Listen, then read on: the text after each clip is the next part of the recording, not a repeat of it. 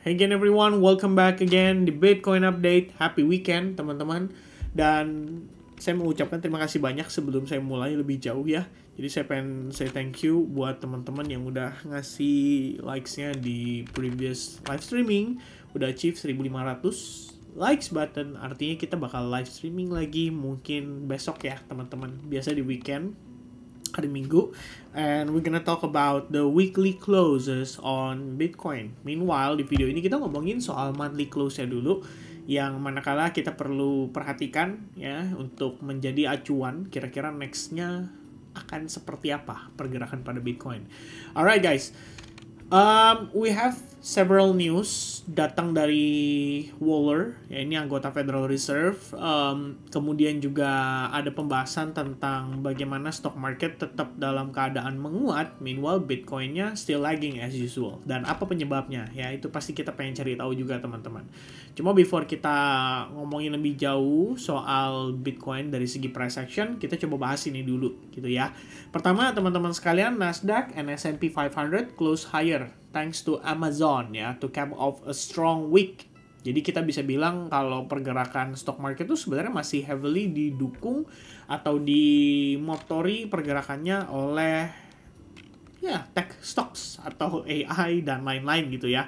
Jadi kalau kita lihat, mungkin perkembangan AI ini akhirnya membuat tech stocks itu menjadi bettingan dari para pelaku pasar, terutama para investor. Mereka meyakini kalau AI masih bisa terus bertumbuh dan pada akhirnya membuat kondisi-kondisi ya tech stocks ini yang pada berinvestasi di teknologi AI akhirnya mendapatkan exposure lebih lanjut gitu. Dan perkembangannya juga bagus gitu. Jadi kita tahu bahwa Amazon itu ada cut employment ya, sekitar 30.000 orang. Kalau saya nggak salah, terakhir dapat update-nya. Jadi ada layoff 30.000 karyawan. Dan semuanya kebantu karena AI gitu kan. Jadi perkembangan mereka sudah semakin membaik dengan harus membayarkan gaji yang lebih sedikit. Karena mereka bisa bayar orang yang mungkin ngerti AI dan kelola semuanya pakai AI. Gitu. Nah ini sebenarnya kan menjadi concern ya di masa yang akan datang. Gak cuma di US, tapi di Indonesia juga saya rasa seperti itu. Apalagi kita tahu orang-orang Indonesia itu masih ada beberapa wilayah yang mungkin untuk mendapatkan akses internet pun aja kesulitan gitu. Nah nanti internetnya masuk tapi AI-nya udah canggih. Jadi kalau misalkan nih orang-orang tua gitu ya, mohon maaf saya bukannya bermaksud bagaimana, tapi lansia mungkin ya. Kalau lihat video nih di YouTube gitu atau di mana gitu, misalnya ada monyet lagi masak gitu kan. Kok monyetnya pinter ya? Udah mulai kena gitu loh teman-teman sekalian ya. Saya lihat beberapa video yang diciptakan oleh Sora. Sora itu adalah salah satu AI juga yang memang biasanya bikin video-video. Well, amazing ya teman-teman sekalian. I mean kalau 20 tahun lagi, 30 tahun lagi saya nggak ngikutin perkembangan, probably saya kena scam gitu.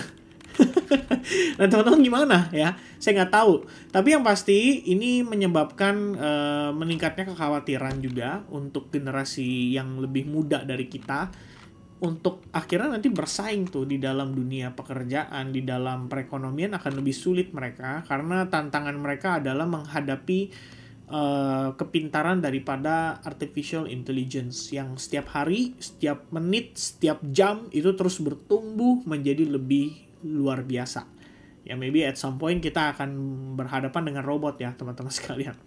But anyway, si Waller di sini memberikan dukungan untuk rate cut itu sebenarnya dilakukan pada Desember ya. Dia ada ngomong teman-teman sekalian bahwa sebenarnya efek tarif terhadap inflation itu nggak separah yang dibayangkan. Itu pertama.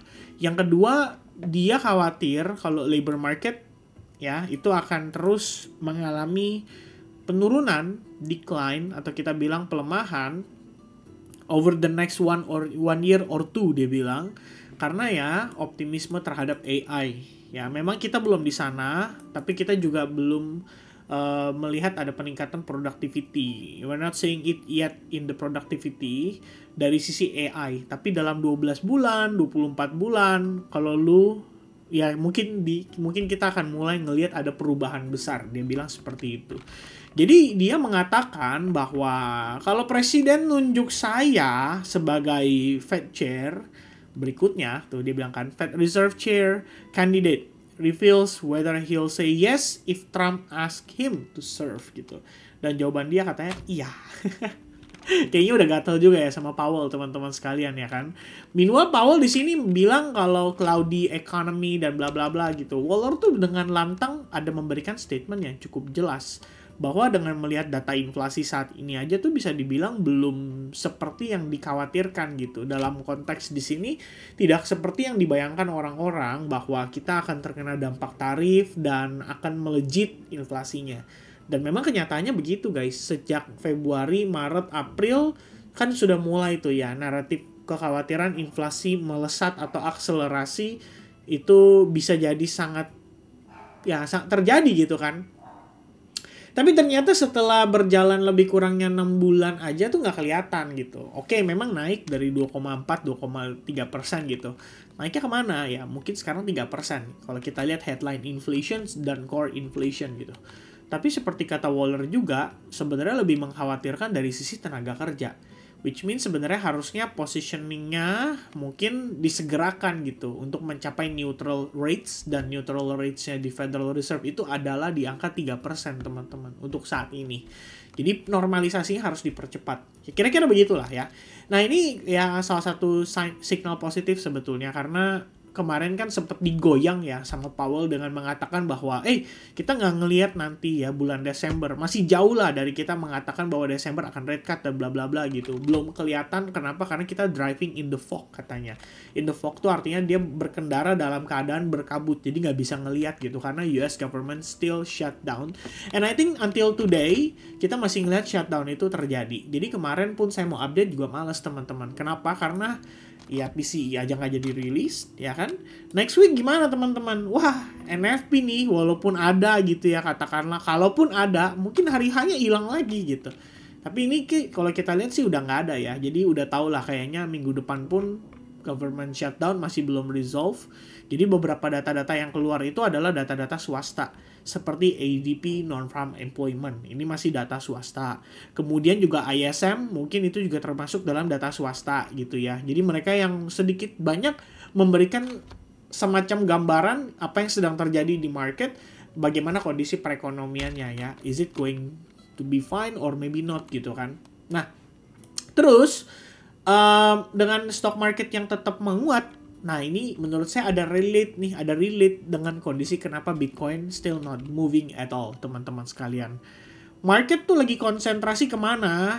Konsentrasinya tuh di sini, teman-teman sekalian ya, yaitu earning. Oke, Wall Street set to begin a historically strong month as tariffs and more earnings hang over market. Jadi kita ngelihat market somehow ya, Wall Street terutama karena mereka kan yang invest di kripto yang dalam jumlah besar. Makanya kalau kita ngelihat outflow itu masih terus berjalan, setidaknya 3 hari terakhir itu udah lebih dari $1 miliar, maybe ya, lebih teman-teman sekalian ya, $1 miliar lebih. Walaupun tetap tinggi sih ya, 61 miliar gitu. I mean still higher daripada kondisi-kondisi kita yang lalu-lalu gitu. I mean demand still there. Yap, tapi maybe ada orang taking profit, ada yang wait and see, dan wajar. Berdasarkan historical data juga kalau kita lihat yang udah lampau gitu ya. Every time market terlihat mulai slowing down, outflow-nya juga kenceng gitu. Ya bisa jadi nih kita ngelihat ya, ini ada outflow lebih besar pada Desember gitu. Tepatnya pada saat menjelang Trump inauguration. Jadi orang mulai profit taking, orang mungkin mulai keluar dari market gitu kan. 600 juta, 200 juta, 200 juta, 300 juta. Satu hari nol karena ada libur Natal, Christmas. Kemudian hari Selasanya itu ini hari apa nih? Senin, Selasa, Rabu. Kamis ya. Kamisnya masuk 400 juta. Jumatnya dibantai lagi. Keluar 200 juta, keluar lagi 400 juta. Ya, what happened with Bitcoin pada saat itu, teman-teman sekalian? Ya, Bitcoin still doing fine gitu. Bitcoin bukan dalam keadaan parah gitu ya. Tapi pada saat Desember 2024, kita tuh masih di sini gitu. We're still doing fine. Before eventually market akhirnya turun gitu ya. Tapi turunnya kan setelah adanya pengumuman dari Trump seputar tarif gitu.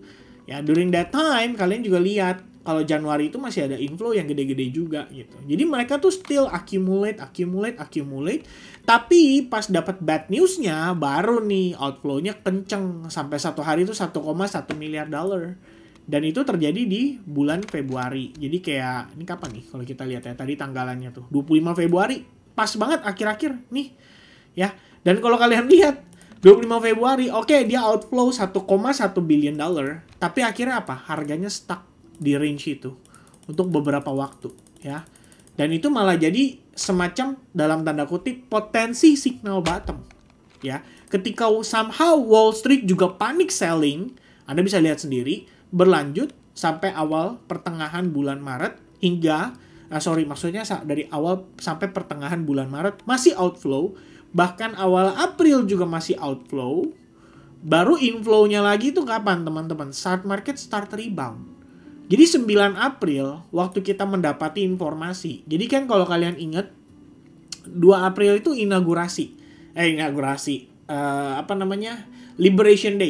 Liberation Day tarif. Tanggal 9 April, Trump kasih pengumuman. Kata Trump begini, kita tahan ya 90 hari gitu. 90 hari di pause tarifnya. Baru tuh ada inflow gitu. Ya kan? Inflow-nya juga ya terus-terusan. Bertambah terus gitu. Makanya sampai bulan Mei, akhirnya kita ngelihat dia naik gitu. 9 April di mana teman-teman? Di sini. Dan masih outflow gitu. Jadi nggak ada jaminan kalau kita ngelihat hari ini, katakanlah kita ngelihat nih, ini benar-benar hari ini banget kita ngelihat bahwa apa istilahnya ini teman-teman sekalian ya, bahwa si ETF itu dalam keadaan outflow, terus kita panik gara-gara hal itu, guess what? Wall Street juga bisa panik gitu. Ya, Wall Street juga bisa panik. Nah, yang menariknya lagi adalah kalau kita lihat kenapa hal itu bisa terjadi. Mungkin ya, ini kalau rasa penasaran saya ya, seandainya bisa dijawab sih. Kalau saya merasa berpikir bahwa maybe market terlalu concentrate ya saat ini ke S&P 500 dengan mempertimbangkan kalau kita berada dalam earning season. Jadi at least on the weekly perspective, S&P 500 still doing okay gitu. On the daily perspective, katakanlah kita ngelihat koreksi, apakah itu koreksi wajar? Wajar banget guys. Anda lihat ini ada fair value gap loh. Dan gapnya ini aja belum keisi sepenuhnya. Katakanlah dia keisi, di bawah juga masih ada fair value gap. Dan gap-gap kayak gini itu biasanya bukan rawan sih, tapi lebih sering di-filled daripada tidak di-filled. Based on yang sudah-sudah gitu. Terutama untuk stock market. Ya, kita ngomongin buat S&P, buat Nasdaq, dan lain-lain gitu. Ini kalau dia turun sampai sini pun jatuhnya apa? Jatuhnya retest. Ya, retest terhadap previous support resistance dan ada potensi dari rebound lagi. Kira-kira begitu. Jadi kalau misalnya kondisinya sekarang, Bitcoin-nya gimana, Vin? Ya kan? Nah, sebenarnya kita tetap harus akui bahwa demand daripada Wall Street itu turun ya. Ada beberapa news yang saya baca, ada beberapa informasi yang saya kumpulkan seperti premiumnya Coinbase katanya turun. Menandakan kalau demand daripada US sendiri itu sedang melemah terhadap Bitcoin. Jadi spot transaksinya nggak terlalu banyak. Kemudian ETF juga sama, kita lihat lagi ada outflow. Cuman beberapa hal yang menarik ini adalah rata-rata news ini itu menunjukkan bahkan kondisinya terendah sejak tahun 2022, guys. Maksudnya gimana tuh, ya kan? Kayak misalnya Coinbase Premium katanya begitu. Terus salah satunya tadi apa ya, saya lupa teman-teman. Saya cek sih di CryptoQuant punya ya website, terus saya juga buka dari dia punya Twitter yang dia bantu kumpulin artikelnya biar gampang teman-teman. Ini salah satunya ya. Why the market fell despite all the good news. The sell-off was not irrational after weeks of exuberance. Speculative momentum cooled. Institutional demand weakened. Monetary clarity blurred. And geopolitics grew complicated. Bisa dimengerti ya berbagai hal itu. Tapi stock market kan tetap growth. Artinya market tuh sebenarnya hanya sedang terkonsentrasi ke satu titik. Dan satu titik itu adalah stock market karena lagi earning season. That's my speculation gitu ya. Kalau lihat sekilas, ya mungkin pada akhirnya setelah earning seasonnya lewat, bisa menjawab juga. Akhirnya market baru bisa ada pergerakan yang lebih ekstra dibandingkan dengan kita hanya konsolidasi kayak gini selama 19 hari terakhir gitu. Ini so boring gitu kan. Kita bisa bilang ini time-based capitulation. Momen ketika orang-orang kondisinya udah dalam keadaan seperti ini, biasanya mereka udah mulai cenderung meninggalkan lapangan ibaratnya. Ya ini mah ibaratnya kalau pertandingan sepak bola tuh 0-0 udah sampai menit 80. Jadi kayak aduh bosen banget gitu kan. Ternyata Begitu di menit 87, 88 baru ada gol. Nah, itu tuh kadang-kadang yang terjadi di market kripto. Kalau kita lihat, so far konsolidasi ini berlangsung selama 111 hari. Atau lebih tepatnya hampir 4 bulan. Kalau kita totalkan, dari momen di sini, hitungannya sudah 164 hari. Ya, berarti sudah lebih daripada 5 bulan. Oke. Nah, kalau kita mengacu pada data sebelumnya, tepatnya pada summer holiday tahun lalu, itu berlangsung selama 210 hari. Konsolidasi range-nya besar. Apakah pernah ada konsolidasi serupa? Ada, tepatnya pada summertime tahun lalunya lagi, yaitu 185 hari. Sebelum akhirnya Oktober rally, di sini juga sama. Sebenarnya Oktober nggak rally-rally banget, ya. Hitungannya, kalau kita mau fair, apakah itu udah tergolong dalam rally? Jawabannya belum. Yang kita lihat adalah harga itu, ya, terlihat baru mulai ada upaya breakout dari dia punya trend line. Tapi kalau kita berbicara dari highest point-nya 73.000, ini pun udah di akhir Oktober gitu loh. Jadi baru tanggal 29, 30, 31 itu baru ada breakout. Ya, itu pun di awal November masih retest dulu gitu. Jadi di bawah retest dulu, koreksi. Pada dasarnya bisa saja kalau kita melihat dia begini lagi tuh sangat bisa gitu. Dan dia ternyata masuk dalam fase konsolidasi yang bahkan lebih panjang lagi. Tapi setelah November, thanks to katalisnya di mana Trump pada saat itu terpilih jadi presiden, barulah ada big move-nya. Nah, semua mata tertuju pada risk on asset karena dianggap Trump itu membawa keadaan stock market yang relatif bullish biasanya gitu. Nah, kalau sekarang gimana, Vin? Gak ada berita kayak gitu-gituan. Mungkin nunggu US government shutdown beres. Bisa jadi juga kita nunggu earning season beres gitu. Jadi orang udah pada chip in, udah pada pricing in buat stock market, baru kemudian perlahan-lahan kembali beralih ke yang lainnya. Yang belum digoreng yang mana? Ya Bitcoin. Ya, masih ada yang belum digoreng, yaitu Bitcoin gitu. Itu ya yang menjadi satu pertimbangan kita. Tapi bukan berarti Bitcoin semerta-merta akan langsung begini juga, guys.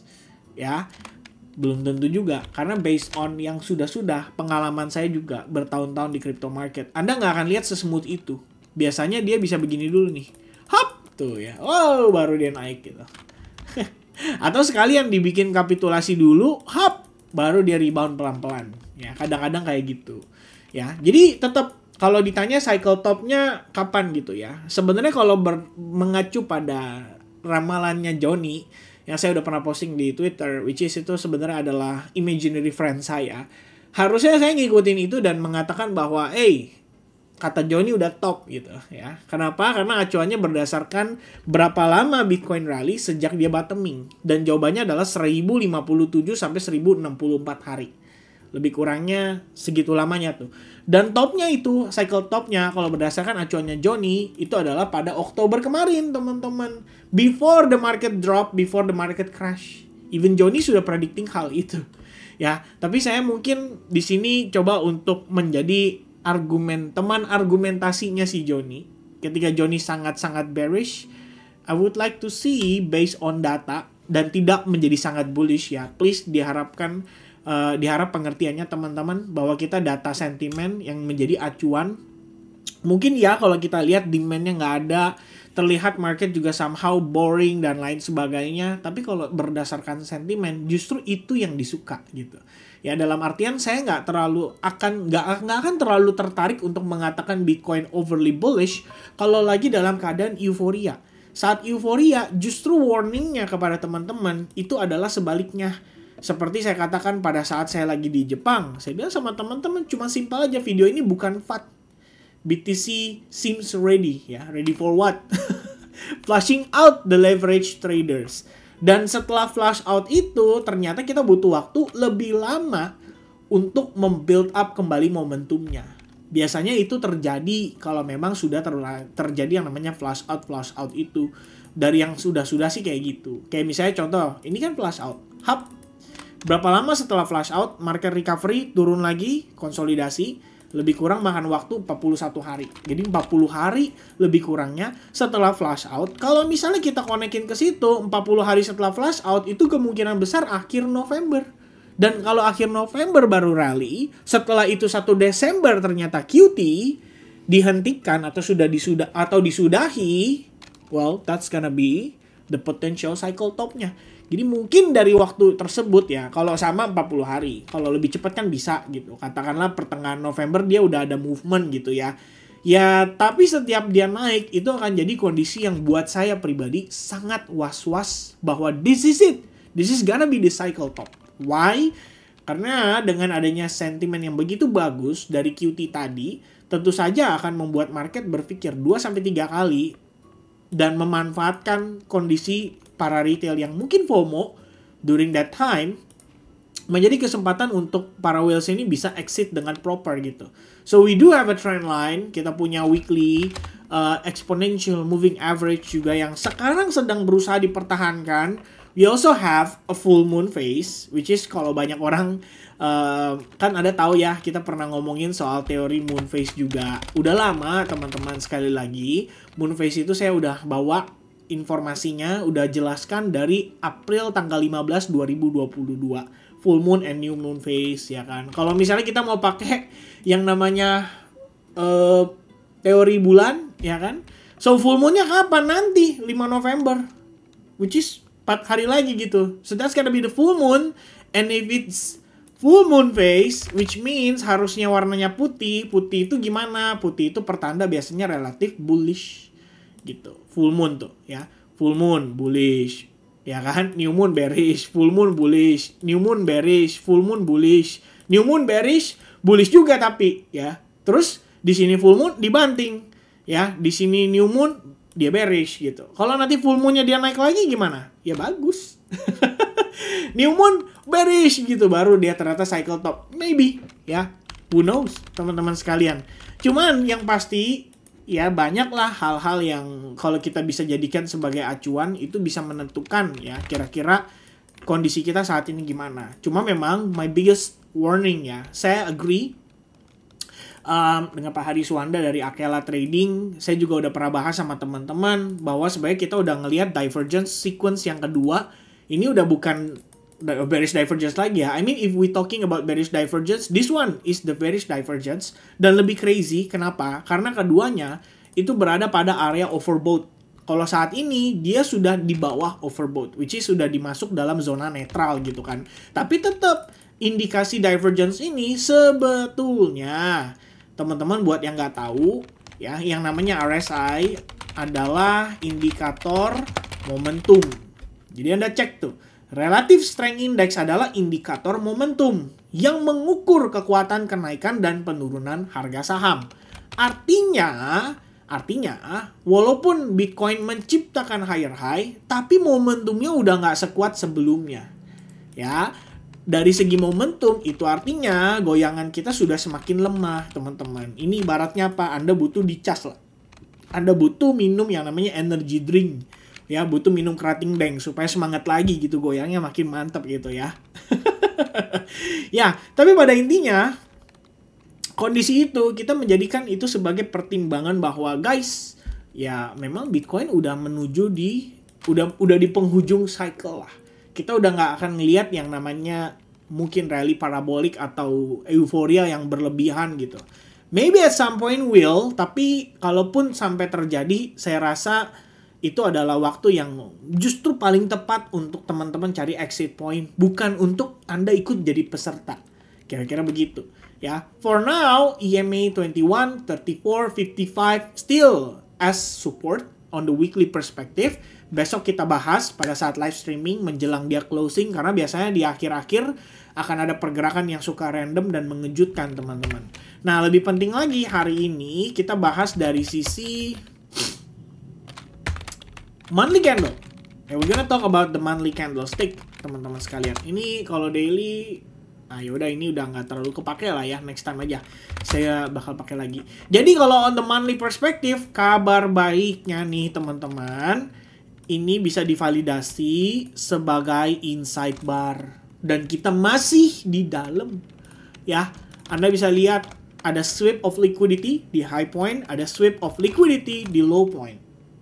Jadi dalam 3 bulan terakhir, kita bisa lihat bahwa Bitcoin itu hanya konsolidasi. Makanya tadi saya bilang itu udah makan waktu berapa lama tuh sejak kita mencapai zona tersebut. Udah hampir 160 harian ya, tadi kalau saya nggak salah teman-teman. Jadi kita bawa ini ke time frame, let's say daily, biar gampang. ya. Range-nya itu kalau dari sini itu udah 160 hari. Kalau dari yang di dalamnya aja, katakanlah di sini mungkin around 90 hari ya, 3 bulan terakhir lah kita benar-benar hanya konsolidasi di situ.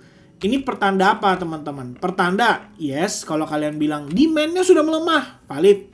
Kalau teman-teman bilang juga tapi dalam keadaan yang sama bahwa we have a very strong sellers, valid.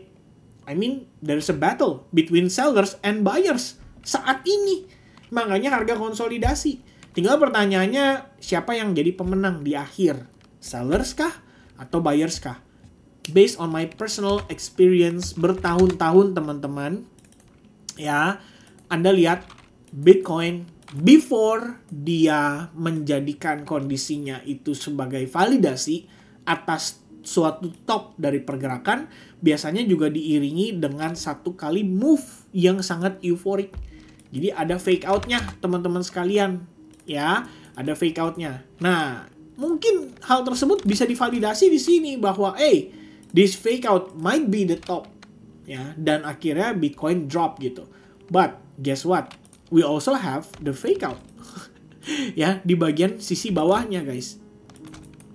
Jadi sekarang kalau kita perhatikan lagi teman-teman ya, based on what happened currently, market itu berada dalam kondisi yang benar-benar ya lagi fight lah between buyers and sellers gitu. So which one? Ya, which one is gonna be the winner gitu kan.